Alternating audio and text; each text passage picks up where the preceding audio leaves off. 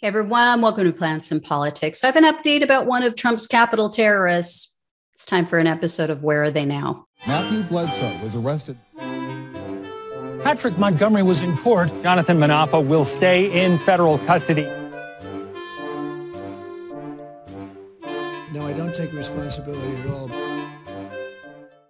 So you guys are going to remember this person, Brandon Fellows. This is the 26-year-old guy from New York who said that basically his Bumble dating app blew up after he was arrested for his alleged actions on January 6th.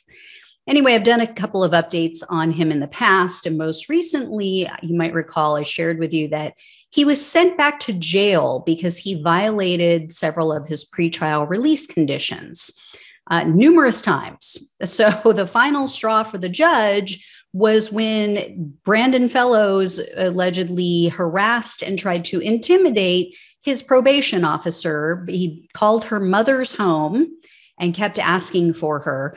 And the judge also cited the fact that Fellows was ordered to undergo a psych eval and he didn't comply.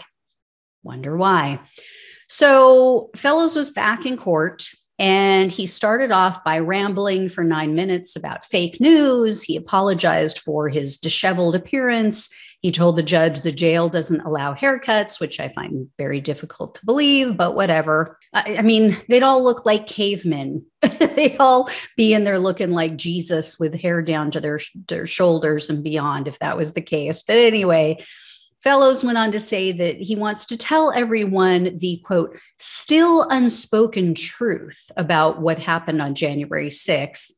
And he praised the judge for his decision to send him back to jail. In fact, Fellows apparently found the silver lining in prison or in being incarcerated in jail. He told the judge, Judge McFadden, that it allowed him access to a legal law library for 2 weeks. And against the advice of his public defender, Fellows addressed the judge directly and said he wants to represent himself in the case.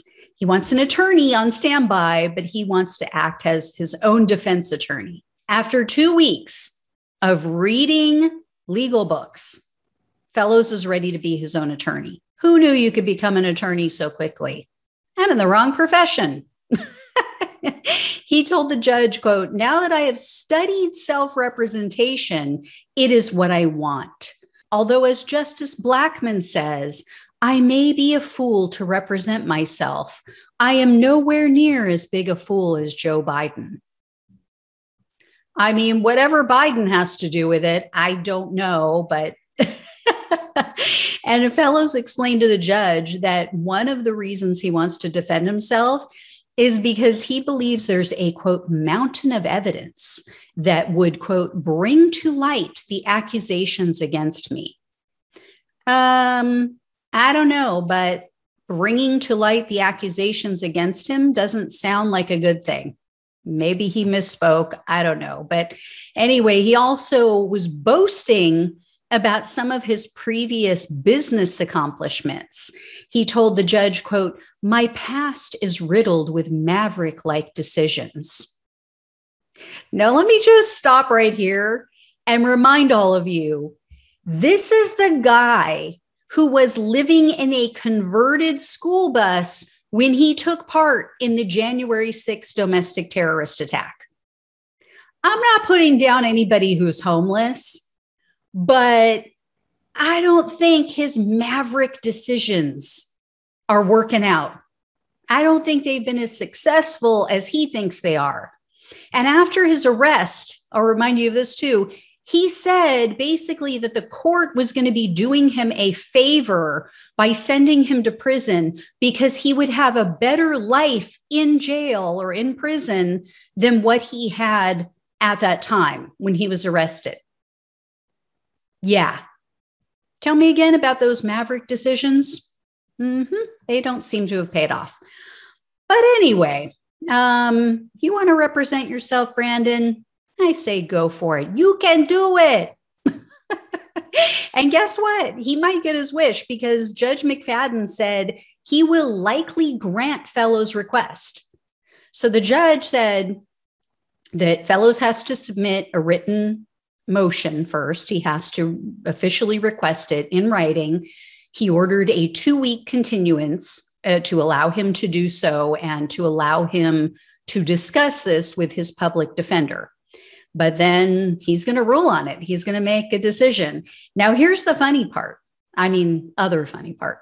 Not only does he not want to represent himself, but he also told the judge that he wants the judge to consider a new motion for his pretrial release. But I thought his life was so much better behind bars. I'm just confused. It's actually as if he doesn't enjoy being locked up and being away from his Bumble account and females. Who would have thought? Who'd have thunk it?